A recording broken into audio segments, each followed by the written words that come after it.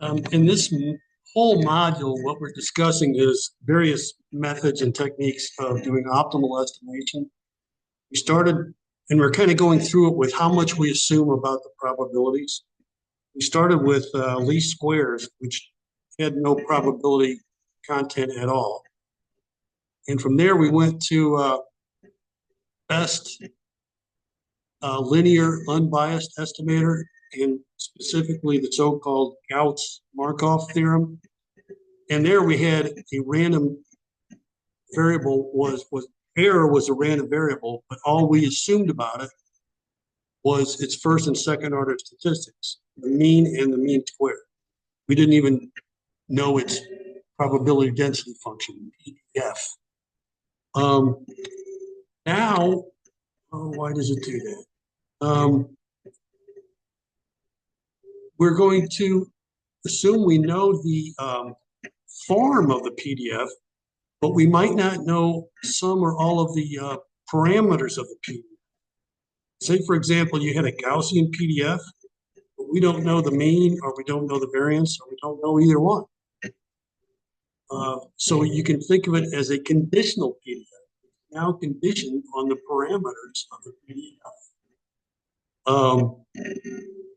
And okay, for likelihood, they've defined this likelihood function, which is where we want to find the likelihood of the parameter, the vector of parameters, given a bunch of measurements. We'll say K measurements. That's what this big X or chi is. And that is really just the PDF, the joint PDF of getting those measurements given the theta. So here's the joint PDF. It's our log, that's our likelihood. In everything we do in maximum likelihood estimation, we are going to assume independent measurements. So this joint PDF becomes this product of individual PDFs. Remember, that is just this product. So what we want to find is the optimal theta. What's the theta that best fits all this? It's the theta that gives you the maximum of this guy, which means this product. What theta maximizes this product?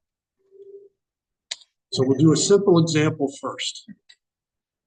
Hat, which is like a coin, but it's not necessarily fair. In fact, we don't know the probability of a head or a tail. So we'll say the probability of a head is theta. Probability of a tail is 1 minus theta. It's the only other valid outcome. The log likelihood function for flipping this particular sequence, head, tail, tail, head, head. Here's the notation. It's this joint probability, which is this product of these individual probabilities. We know what these guys are. They're right up here. If there's an H there, it's a theta. If it's a T here, it's 1 minus theta. Plug all those in, you get this. Simplify it, you get this. Now all we need to do is find the theta that maximizes this. And we do that by simple scalar calculus. Take the derivative and set it to 0. So we're taking the derivative of this likelihood function with respect to theta, and we'll call our optimal theta, theta hat. So we have this relationship, we set it to 0, do a little bit of algebra, and we get the optimal theta equals 3/5. Got a way to do that, but it has a very satisfactory outcome. It makes sense. We did 5 coin flips and we got 3 heads. That's probably what you would guess this thing would be, if that's all you knew about it.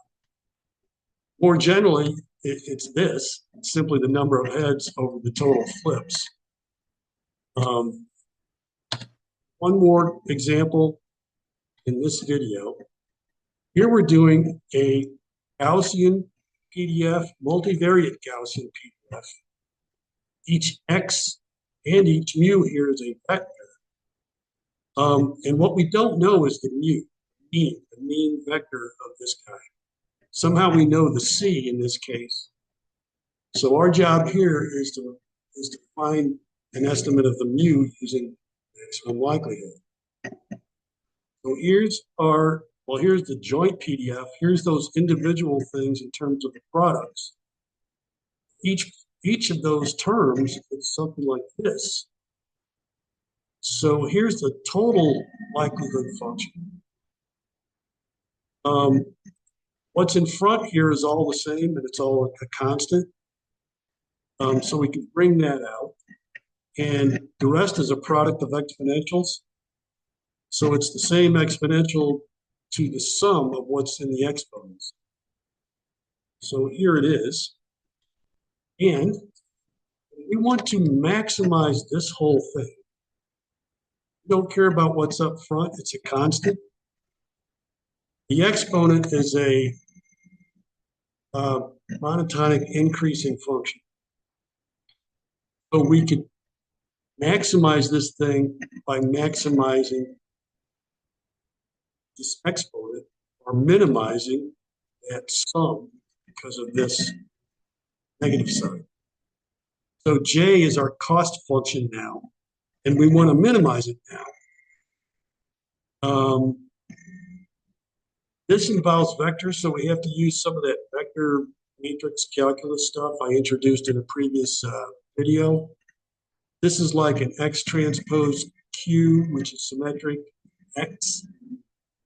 And its derivative was 2QX, basically. So we take that derivative of the sum, we could bring it into the sum, and then take the sum of, and then take the derivative of each term in that sum. And it would be like a 2 C inverse this X. And then because there's a minus mu here, you get this minus. It doesn't matter because we set it to 0. So you can break this up on the X side and the mu side like this because that sum equals 0. And then if you pre-multiply by C, you can convince yourself you can basically sort of cancel these C inverses. You have this. But this sum of mu's, because all the mu's are constants, you're just summing them over a bunch of k's. It's just k times the mu. And now we can solve for the mu, optimal mu, which turns out to be the sample mean of a vector.